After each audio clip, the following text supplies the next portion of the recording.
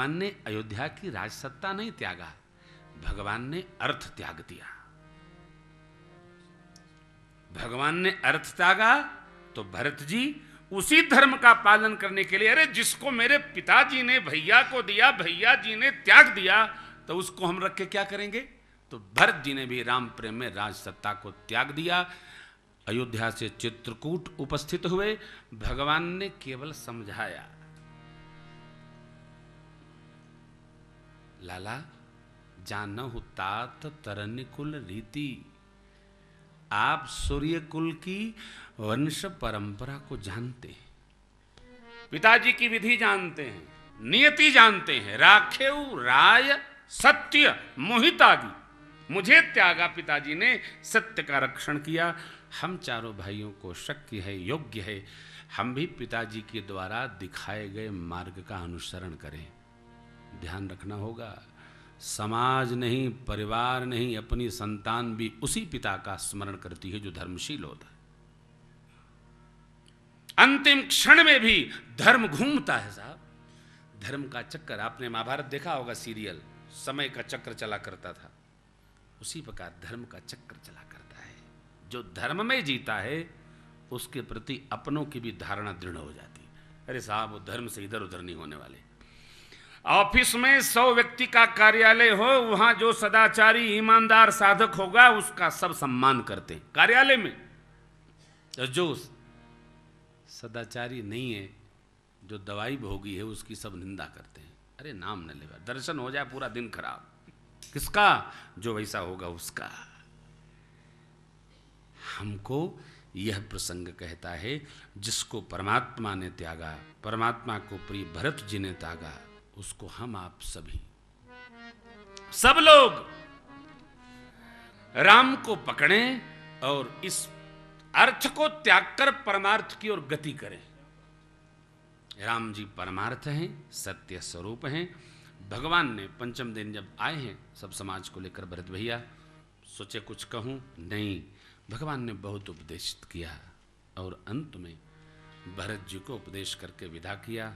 3 बात कही, भैया राजधर्म इतना ही सर्वस्व है कि जैसे मन का मनोरथ होता है, राजा को अपने मन में उठे मनोरथ को किसी को बताना नहीं चाहिए, गुप्त रखना चाहिए। मुखिया का स्वभाव मुख जैसा होना चाहिए। देखो, यहां बात समझने की है। परिवार में भाई भाई से रूठ जाए, बहू बहू से रूठ जाए, चाचा काका से, काका भतीजे से, सब रूठ जाए, लेकिन परिवार में जो सबसे वरिष्ठ है, बुजुर्ग है, उसको किसी से रूठने का हक नहीं। रूठ वही सकता है जिसके ऊपर कोई मनाने वाला हो। यह मैंने लखनऊ कथा में 2 वर्ष पहले सुनाई थी बात।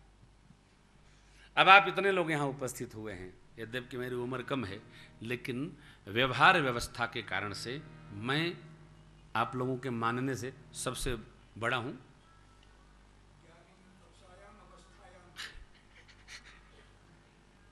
सबसे बड़ा। अब यहां इतनी बात आपको तो पता नहीं, लेकिन मेरे पास कितनी बातें आ चुकी हैं, वो मेरे चकाचक एक डिब्बा में बंद है। एक नहीं, 7 दिन में 100 बात आई। आप देख रहे हैं, उनकी स्थिति देख रहे हैं, उनकी देख रहे हैं, मैं सबकी देख रहा हूं, लेकिन सबसे पहले मैं उनकी देख रहा हूं। जब ये बुलाए गए हैं लोग, जब परिवार जुटता है, देखो भैया, हमारे पूज्य दादाजी से किसी ने कहा कि देखिए ना वैसा कर रहे हैं, बोले कि वो ऐसा कर रहे हैं और तुमको वैसा करना है, तुम वैसा कर लो। जहाँ 45 लोगों का परिवार है ना, वहाँ खट पट खाऊं खाई चला करता है। आपके साथ भी आप यहाँ आए हैं, कुछ अच्छा, कुछ बुरा, कुछ खट्टा, कुछ मीठा। भगवान ने कहा, भरत जी, मुखिया मुख सोचा खान पान कहूँ, पालई पोषई सकल अंग, तुलसी सहित विवेक पूर्वक। सारे अंग हड़ताल करते हैं, लेकिन मुख अंत तक हड़ताल नहीं करता। क्यों? मुखिया है। भगवान ने बंधे बधाए कह दिया, आप किसी के प्रति कोई मन खराब न करें, कलमश न पाले। राजसत्ता सबके प्रति समान व्यवहार करती है। भगवान बद्री विशाल के श्री चरण में साधु भी आए, असाधु भी आए, व्याध भी आए, भक्त भी आए, अरे कोई आए, मुनि आए, सबको बराबर भाव है। जिसकी जैसी श्रद्धा, जैसी स्थिति, वैसी कृपा प्राप्त होगी। जो जैसा यहां रह जाएगा, कह जाएगा, सुन जाएगा, उस पर वैसी करुणा बरसेगी। भरत भैया भगवान को लेने आए थे, इसलिए प्रभु उपदेशित तो किए, संतुष्ट नहीं भये। भरत जी के भाव को समझकर भगवान करुणा निधान, अकारण करुणा करने वाले प्रभु ने अब भरत जी के तप को देखकर उन पर कृपा कर दी। क्यों? कृपा तप साध्य है। और मेरे परमात्मा प्रभु कैरी कृपा पावरी देनी, प्रभु कैरी कृपा पावरी देनी, सादर भरत शीश धरेनी, सादर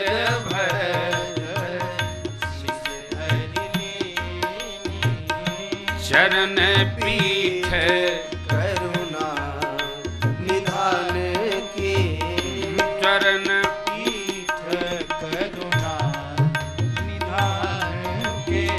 प्रजा के प्राण के लिए दो रखवाले, प्रजा प्राण के जनु जुग जामिक, प्रजा प्राण के संपुट भरत स्नेह रतन के, संपुट भरत स्नेह रतन के। आखर जुग जनु राम नाम जतन के, सीताराम सीताराम साथ जा रहे हैं, दो नाम भक्तों की रक्षा के लिए।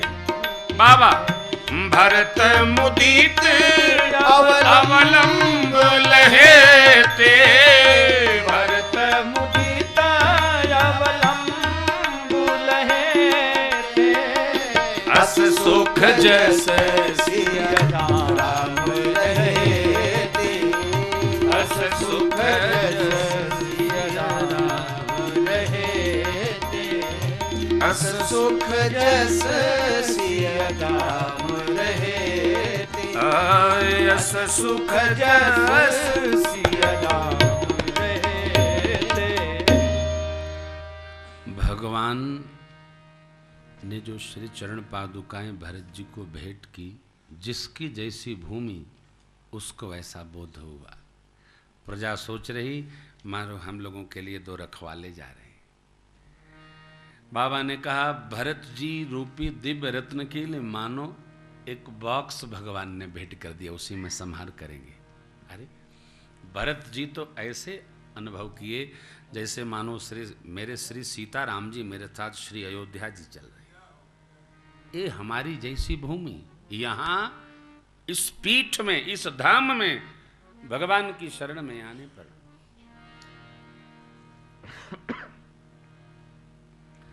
सबके अपने अपने भाव होंगे। कल आदरणीय धर्माधिकारी जी बोले, एक माह है अगले पुरुषोत्तम मास में। 9 दिन तो ठीक है, एक मास में तो बद्री विशाल जी की कृपा रोज मांगनी पड़ेगी भैया। क्यों? हाँ, सांस की बड़ी कठिनाई है। तो मैं आपसे कह रहा था कि यहाँ हम आप जितने लोग आए हैं, सबके अपने अपने भाव हैं। हमारा अपना भाव मैं आपको सुनाऊं। मैं तो ये कई कहा ना, पूज्य बापू की कथा जब बद्री विशाल को सुनाते सुनी, देखी, तब वो VHS वाली कैसेट चलती थी, मैंने उसको 3-4 बार देखा। तो मैं सोचा करता था कि मैं भी बद्रीनाथ, लेकिन डर लगता था कि कैसे पहुँचेंगे। बड़ा 320 घंटा लगातार चलना है, बड़ा कठिन है। जैसे हमारे प्रधान जी गुजरात आए तो ये तो आते आते रास्ते में रह गए। सुबह सुबह पहुँचे हैं 7 बजे, हाँ रह गए। जाके हृदय भगत जैसे प्रीति, प्रभु तह प्रकट तहाँ तेरी रीति, ये भगवान की व्यवस्था है। आ ही गए कृपा। आप में से जिसकी जितनी निष्ठा दृढ़ है, भगवान बद्रीनाथ उतनी उस पर कृपा करेंगे, जितनी निष्ठा आपकी दृढ़ है। हाँ, जिसकी जैसी निष्ठा जाके हृदय भगति जसी प्रीति, भगवान शिव जाके हृदय, जिसके हृदय में। अब हमारे हृदय की तो कोई जानता नहीं है, आपके हृदय की आप जाने और हमारे की हम जाने। भगवान उसी प्रकार प्रत्यक्ष कृपा करते हैं जैसी हमारे हृदय में स्थिति बनती है। समाज का चिंतन नहीं, भरत जी के भाव का स्मरण करके परमात्मा ने कृपा की। भरत जी श्री चरणों में गिरकर वंदन कर रहे हैं, प्रभु ने उठाकर हृदय से लगा लिया। भगवान के दिव्य नेत्रों में, कमल नयन में, आज राजीव नयन के नेत्र। आप कल्पना करो कि कमल पर जब जल की बूंद पड़ती है तो नेत्र की स्थिति, उस दल की स्थिति कैसी लगती है। मेरे राजीव नयन परमात्मा के नेत्र में भरत जी को विदा करते, भैया के प्रति, भक्त के प्रति, प्रिय के प्रति और अपने लाडले भरत के प्रति। बारिज लोचन मोचत बारी, देखी दशा सुर सभा दुखारी। भगवान कभी कभी रोए।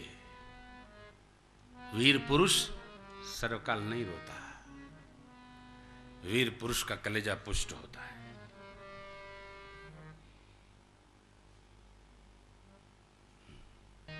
भगवान खूब सज जाओ प्रसन्न नहीं होते, खूब पहन लो तो प्रसन्न नहीं होते, लाद लो 10-20 किलो प्रसन्न नहीं होते। भगवान केवल भक्त के भाव से रिझ जाते। भरत जी ने पादुकाएं मांगी, अरे प्रभु जानत सब बिन ही जनाए। भरत जी की भाव श्रद्धा देखकर और मेरा भरत मेरे कहने पर पिताजी के वचन का हम दोनों भाई पालन करें। 14 वर्ष मैं वन में रहूंगा, 14 वर्ष आप श्री अवध में रहेंगे।